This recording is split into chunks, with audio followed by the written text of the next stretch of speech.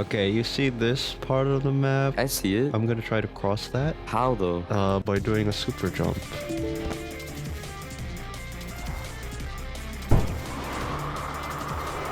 I held it for 80 seconds.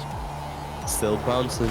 And there you Oh. go, finally land. And I don't know what this place is. Oh, I know this area. This is the death testing area. Okay, so you want to learn how to super jump. So first things first, what you need to do is you need to be in windowed mode. So what windowed mode basically is it basically shows this part of your screen and this part. So full screen looks like this. You're just in, you can't see anything else but the game. But if you're in windowed mode, you can see your desktop and the top part of your screen, which shows the Roblox logo, if you can see that. To get out of full screen, press F11. You can shift from full screen to windowed mode, or you can go to your settings and click the full screen on and off. Okay, now that you're in windowed mode, we're gonna teach you how to freeze. So to freeze, all you need to do is press B and right click this part of your screen.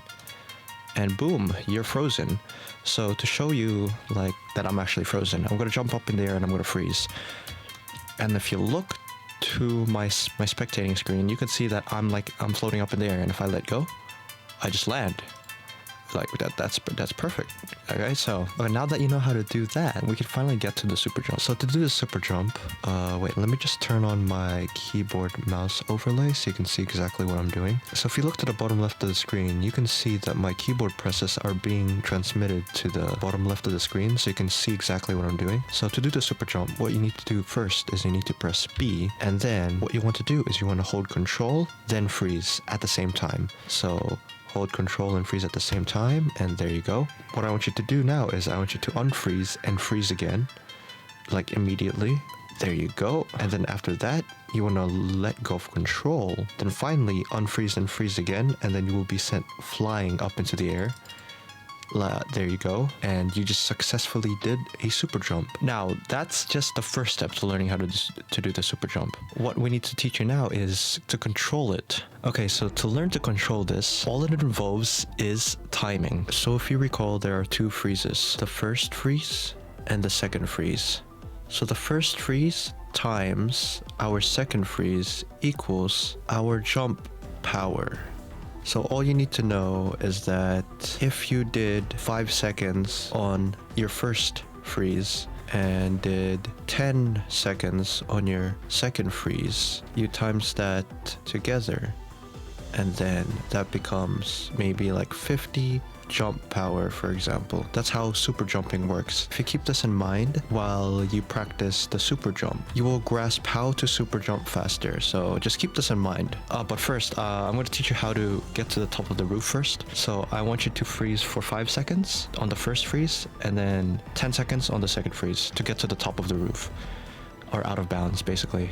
Okay, so 1, 2, 3, 4, 5. 1, 2, 3, 4, 5, 6, 7, 8, 9, 10.